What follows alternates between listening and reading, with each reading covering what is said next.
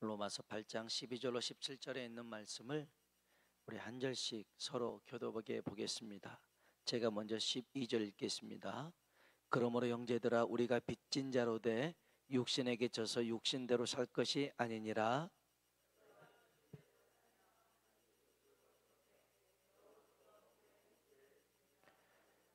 무릇 하나님의 영으로 인도함을 받는 사람은 곧 하나님의 아들이라.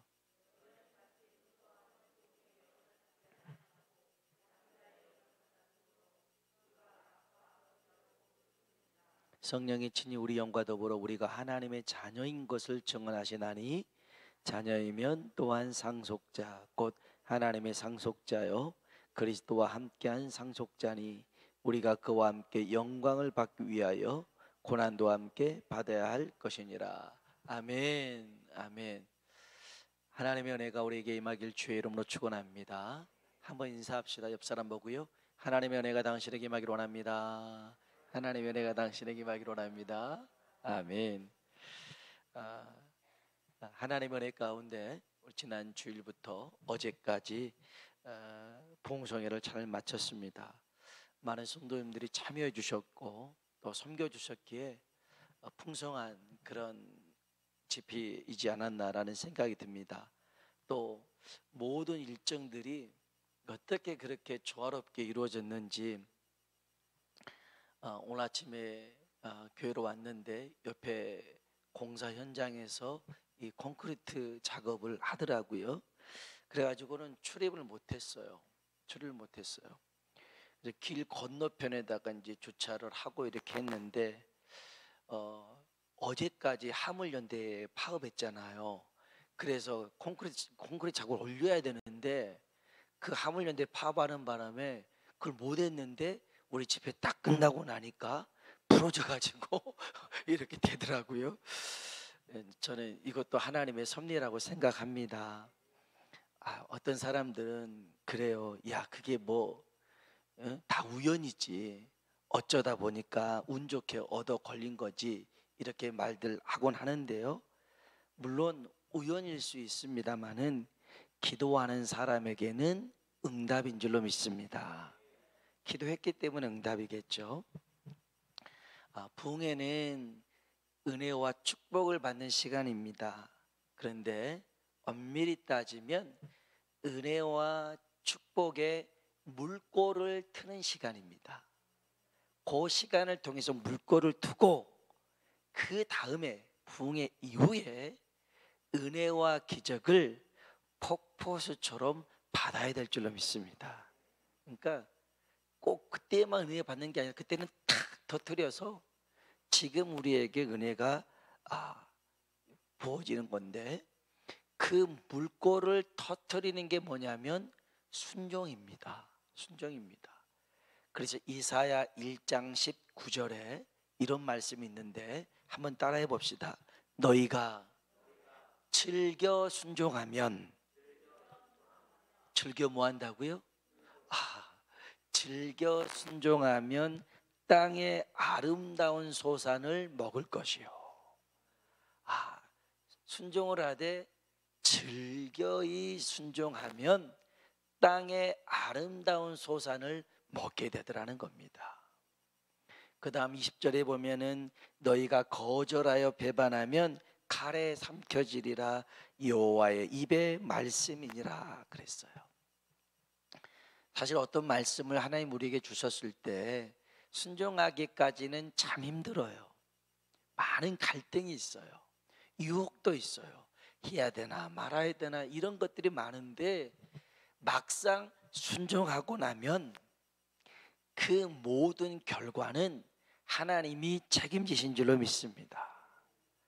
아브라함이 이삭을 하나님 말씀에 순종해서 바치려고 할 때까지 얼마나 많은 내적인 갈등이 있었겠어요. 사라에게 얘기하지도 않고 갔으니 이후로 완전 가정이 다 붕괴될 수 있는 상황이지만 하나님께 맡겼죠. 하나님이 말씀하셨으니 하나님이 책임지겠지. 그렇게 해서 이삭을 드리려고 하는 그 순간 하나님이 멈춰 세우셨습니다. 뿐만 아니라 순양을 거기 순양이 기다리고 있었던 건 아니에요. 이 순양이 이 뿔이 수풀에 걸려가지고 얘가 못 빠져나와서 낑낑거리고 있었더라는 겁니다. 희한하죠. 그 순간에 이 순양이 이 뿔에 수풀이 걸려가지고 막 이렇게 있는 것을 발견하게 해가지고 그 순양을 잡아서 하나님 앞에 번제로 드렸죠. 거기서 아브라함은 하나님의 이름을 불러요. 여호와 이레. 아멘. 하나님이 예비하신다는 겁니다. 예비하신 하나님을 경험하려면 순종해야 됩니다. 순종하면 그 하나님을 경험하게 될 줄로 믿습니다.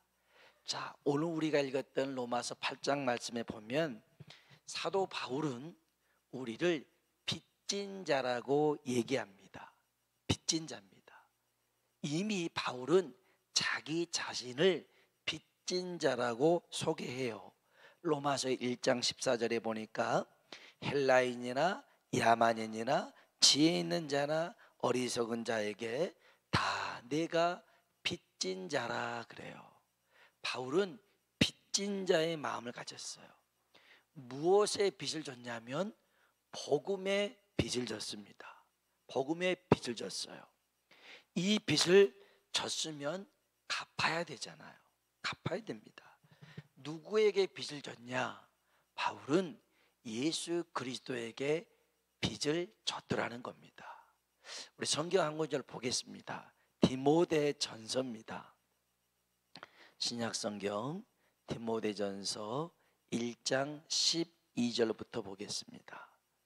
디모데 전서 1장 12절 337쪽에 있습니다. 디모데전서 1장 12절에 있는 말씀 337쪽입니다. 같이 한번 읽어보겠습니다.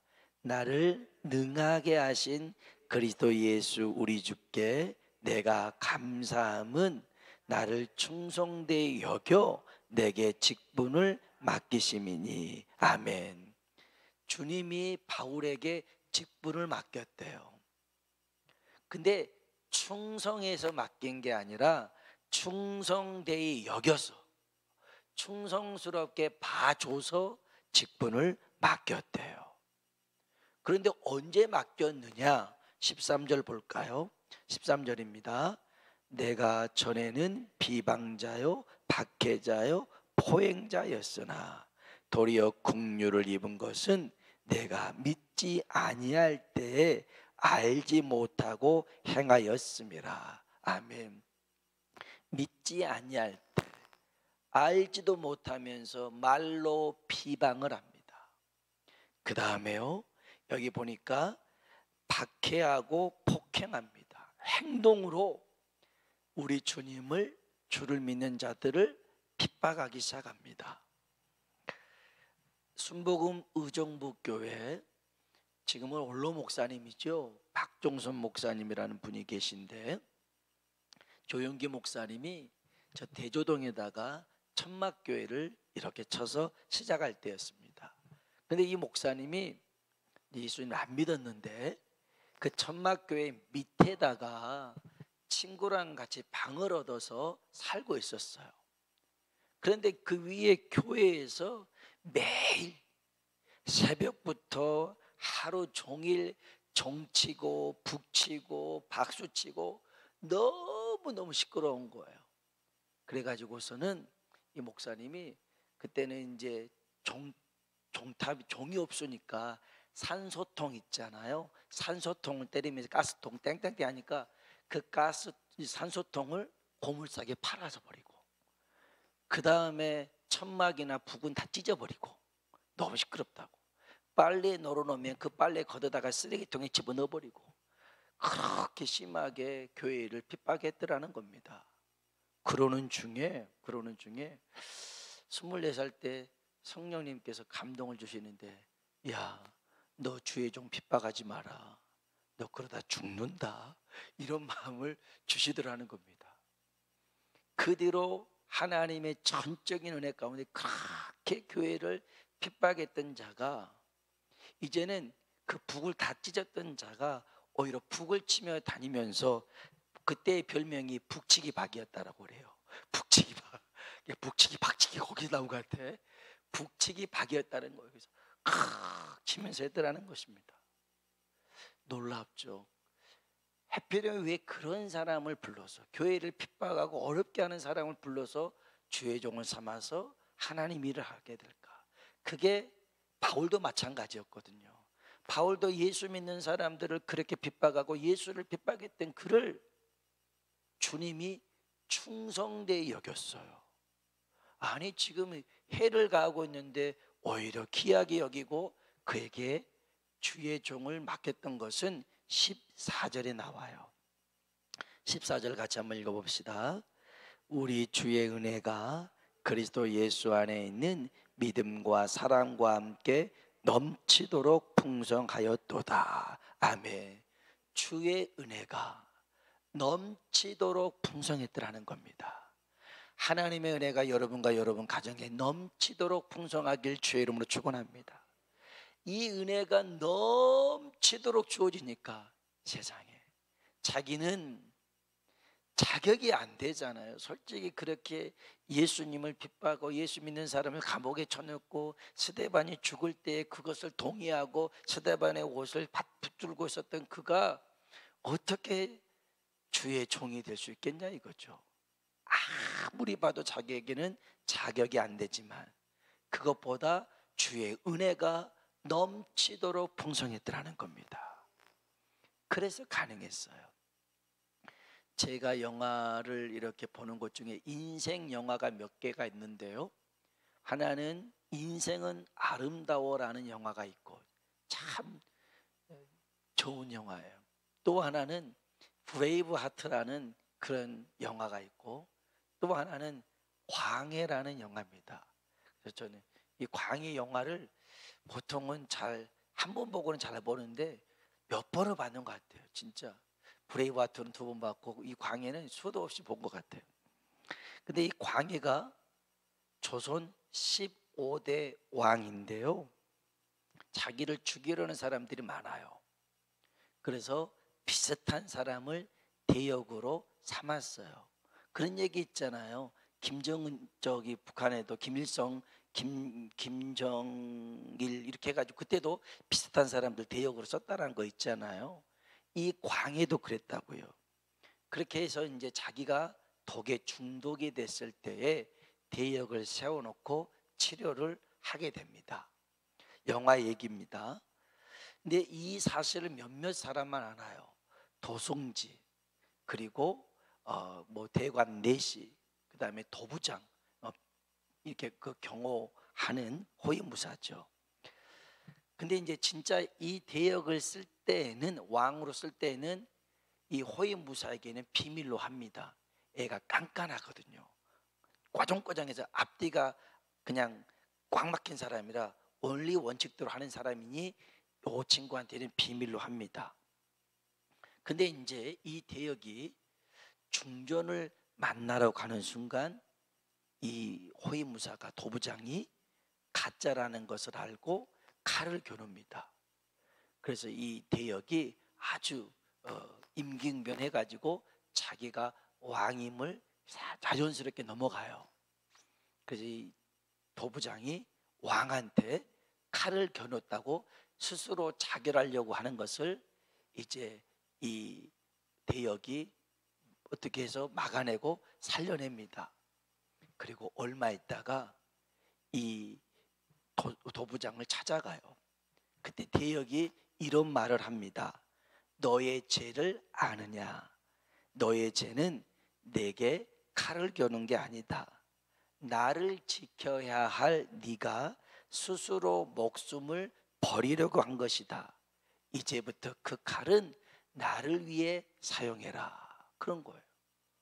거기서 이 호위무사가, 도부장이 감동을 받아요.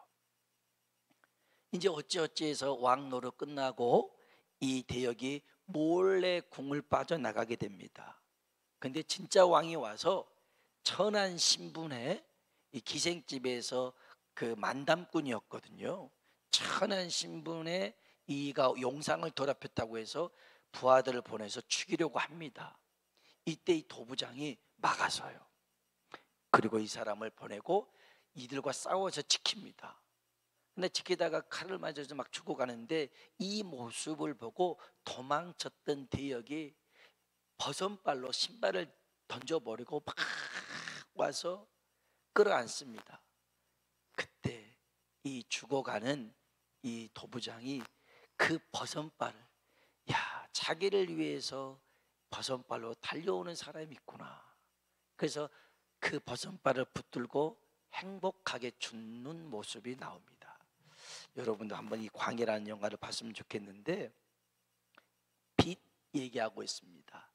빛의 의미를 진정으로 깨달은 사람은요, 그 빛 때문에 죽을 수가 있습니다. 사실 빚이라고 하는 것은 내가 어려울 때, 힘들 때 도움을 줬던 게 빚 아니겠어요? 내가 빚졌다고 빚을 질 때는 내가 힘들 때 그렇잖아요. 어려울 때 빚진 거잖아요. 그러니까 나에게 누군가에게 도움을 줬어요. 돈을 빚졌든지 은혜를 빚졌든지 생명을 빚졌든지 그 빚이 있었기에 우리가 살고 있는 것이죠. 그래서 빚을 짐이라고 생각해서는 안 되고 그 빚 때문에 우리가 살고 있음을 알아야 돼요. 바울은 예수 그리스도에게 빚을 졌어요. 그래서 빚진 자의 마음을 가지고 있었기 때문에 아무리 어렵고 힘든 일을 해도 그것에 대해서 뭐라 말하지 않았어요. 고린도전서 15장 10절에 보니까 내가 나 된 것은 하나님의 은혜로 된 것이니 내게 주신 그 은혜가 헛되지 아니하여 내가 모든 사도보다 더 많이 수고하였으나 내가 한 것이 아니요 오직 나와 함께 하신 하나님 은혜로다.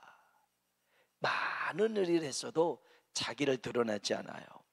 내가 복음을 전할지라도 자랑할 것이 없으면 내가 부득불할 일임이라.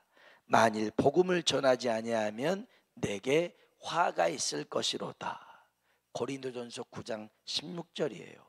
칭찬을 받을 때도 인기를 가졌어도 거기에 흔들리지 않았던 것은 나는 하나님의 은혜로 서 있는 사람이다. 나는 예수님께 빚이 있어서 살았기에 그냥 빚을 갚았을 뿐이라는 것입니다. 사랑하는 성도 여러분, 우리는 하나님의 은혜로 사는 사람들인 줄로 믿습니다. 그 은혜가 걷어지면, 없어지면 우리는 한시도 살 수가 없어요. 빚진 자입니다. 여러분, 어떤 사람은 빚을 져놓고 잊어버리고 살아가는 사람이 있어요. 빚지고 잊어버립니다. 또 빚을 지고 가만히 사는 사람도 있어요. 갚을 생각을 안 해야 돼요. 빚은 갚아야 됩니다. 빚 갚아야 돼요. 우리 주님께 빚진 것 있다면, 사실 모든 사람이 다 빚진 자 아닙니까? 사도 바울은, 다시 봅시다. 성경 로마서 8장입니다 8장 12절입니다 8장 12절 읽어봅시다. 그러므로 형제들아 우리가 빚진 자로되 육신에게 져서 육신대로 살 것이 아니니라. 아멘. 우리는 빚진 자래요. 빚진 자입니다. 빚진 자는 육신의 정욕, 육신의 만족, 육신의 소원만을 위해 살아서는 안 된다는 거예요. 무슨 말이에요? 자기 자신만을 위해서 살아서는 안 돼요. 빚진 자는 주를 위해 살아야 될 줄로 믿습니다. 14절입니다 14절 읽어볼까요? 무릇 하나님의 영으로 인도함을 받는 사람은 곧 하나님의 아들이라. 아멘. 하나님의 영, 성령의 인도하심을 따라 사는 사람이 빚진 자입니다. 여기 보니까 하나님의 영이 나오죠. 그리스도의 영입니다. 바로 성령입니다. 그리스도의 영이 없으면 그리스도의 사람이 아닙니다. 9절 한번 볼까요? 9절 로마서 8장 9절입니다. 읽어봅시다. 만일 너희 속에 하나님의 영이 거하시면 너희가 육신에 있지 아니하고 영에 있나니 누구든지 그리스도의 영이 없으면 그리스도의 사람이 아니니라. 아멘. 그리스도의 영이 없으면, 성령이 없으면 그리스도의 사람이라 할 수가 없더라는 겁니다. 그럼 이 그리스도의 영은 뭐냐? 우리에게 어떤 걸 하게 하시느냐? 15절 봅시다. 15절 한번 읽어보겠습니다. 너희는 다시 무서워하는 종의 영을 받지 아니하고 양자의 영을 받았으므로 우리가 아빠 아버지라고 부르짖느니라. 아멘. 너희는 다시 무서워하는 종의 영을 받지 않았다는 겁니다. 전에는 우리가 죄 가운데 죄를 짐으로 죄의 종이었어요. 그러나 예수 그리스도로 말미암아 그 죄에서 씻음 받고 성령으로 말미암아, 성령은 여기 보니까 양자의 영이라는 것입니다. 성령님이 우리 가운데 오셔서 하나님을 향해서 뭐라고 불러요? 아바 아버지라고 부릅니다. 아빠 아버지라고 부른다는 거죠. 부흥회 둘째 날 저녁에 저한테 카톡이 왔어요. 난 아빠가 너무 좋아. 하트 하트 하트. 큰딸이 보냈어요. 난 아빠가 너무 좋대요. 그래서 끝나고 그런가 보다 했어요. 그리고 집에 또 밤 10시쯤 되니까 또 카톡을 보냈어요. 난 아빠가 정말 좋아. 이거 왜 그러나 그랬어요. 다음 날이었어요. 또 점심시간에 나 아빠 좋아함 이런 거예요. 저한테 좋다고 막 그래요.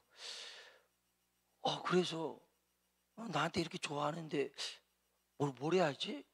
어떻게 뭔가를 해줘야 될 것 같아요. 그래서 용돈을 보냈어요. 좋아한다 하니까 5만 원을 보냈어요. 그랬더니 또 그것도 헌금을 이렇게 하더라고요. 했어요. 제 친구들한테 문자를 보냈어요. 자녀들아, 잘 들어라. 부모에게 좋아한다고 단 이틀만 말하면 용돈을 주신다. 돈이 없다고 불평하는 자녀들아, 혹시 부모에게 좋아한다고 말한 적이 있느냐?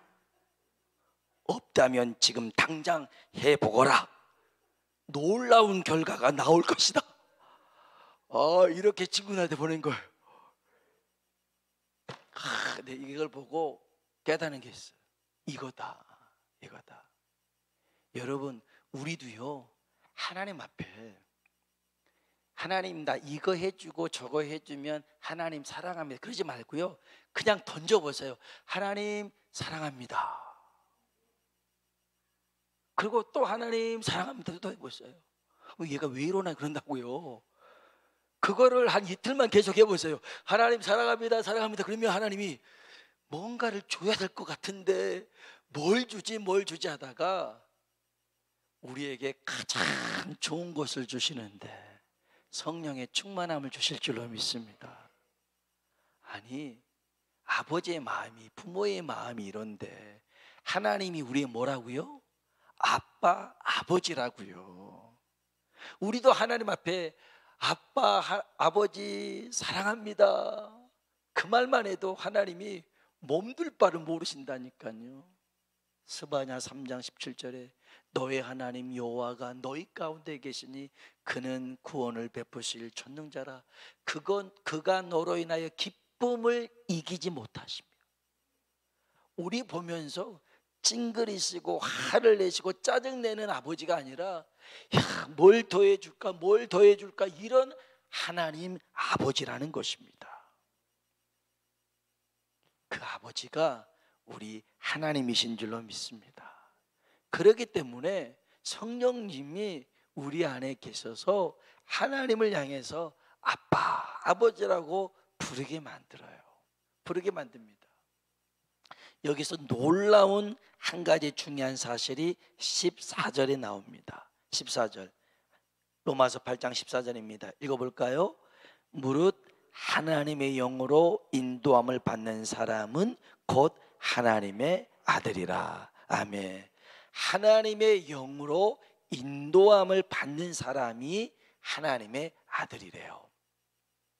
요한복음 1장 12절에 보면 영접하는 자, 곧 그 이름을 믿는 자들에게는 하나님의 자녀가 되는 권세를 주셨다고 그랬어요. 예수를 믿기만 하면 하나님의 자녀가 되는데, 그런데 오늘 말씀은 그게 아니에요. 하나님의 영으로 인도함을 받은 사람이 하나님의 아들이래요. 무슨 말이냐면, 우리가 예수님을 믿을 때 하나님의 자녀가 됩니다. 맞습니다. 그런데 성령님의 인도하심을 따라 살 때 자녀의 권세와 능력을 누리며 살 수 있는 겁니다. 그런데 우리가 성령의 인도하심을 따라 살지 않으면 그저 하나님의 자녀로만 있지 이 권세와 능력을 활용을 못해요. 쓰지를 못해요. 아무리 좋은 비싼 제품을 줘도 잘 활용을 못해요. 저도 핸드폰을 이렇게 이제 스마트폰을 쓰는데 그래도 젊은 편인데도 불구하고 잘 못 써요. 그래서 카메라도 뭐 좋은 기능이 있는데 맨날 찍어보면 잘 안 나오고, 셀카를 찍으면 맨날 혼나요. 딸들한테. 아빠 각도가 틀렸어. 좀 높이 해야 되는데 턱이 2개 나오고 막 이렇게 나온다고 그래요. 근데 어렵더라고요. 근데 얘들은요 얼마나 잘 만지는지 이것저것 만져봐가지고 사진도 잘 찍어요. 그거를 활용할 줄 안다라는 거죠. 알아야 되거든요. 성령님은 우리 안에 하나님의 자녀된 권세를 누릴 수 있도록, 활용할 수 있도록 역사하시는 분입니다. 우리의 좋은 교관이죠. 좋은 교관입니다. 남자들이 군대에 가기 전에는 총을 쏠 줄을 모릅니다. 언제 총을 만져보겠어요. 그런데 교관을 통해서, 조교를 통해서 배웁니다. 총 쏘는 걸 배웁니다. 0점 잡는 것을 배웁니다. 그랬고 자꾸 쏘다 보니까 나중에 총을 쏠 수 있는 것처럼. 만약 그걸 안 배운다면 총 갖고 뭐 하겠어요? 육박전이나 하겠죠. 각개전투를 하겠죠. 쏠 줄 모르면. 그러나 쏠 줄 안다면 더 공격력은 나아지겠죠. 마찬가지입니다. 우리가 성령의 충만함을 힘입고 성령의 인도하심을 따라 살아가야 되는 것은 하나님의 자녀의 권세를, 능력을 누릴 수 있기 때문에 그렇습니다.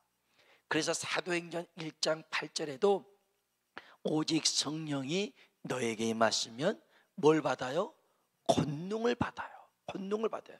권세와 능력이 주어지더라는 겁니다. 그건 이미 하나님의 자녀로서 주어졌지만 그것을 활용할 수 있는 능력이 주어지더라는 겁니다. 그래야 진짜가 될 수 있고, 그래야 원수 마귀를 이길 수 있고, 그래야 유혹에도 넘어지지 않을 수 있어요. 그리고 빚진 자의 그 마음을 우리가 헤아려서 감당할 수 있어요. 오늘 저와 여러분에게 이런 성령 충만한 은혜가 임하길 주의 이름으로 축원합니다. 그래서 하나님을 더욱 사랑하시고 어떻게 하면 하나님을 기쁘시게 할 수 있을까를 고민하고 살아가는 우리가 되길 다시 한번 주님의 이름으로 축원합니다. 같이 한번 찬양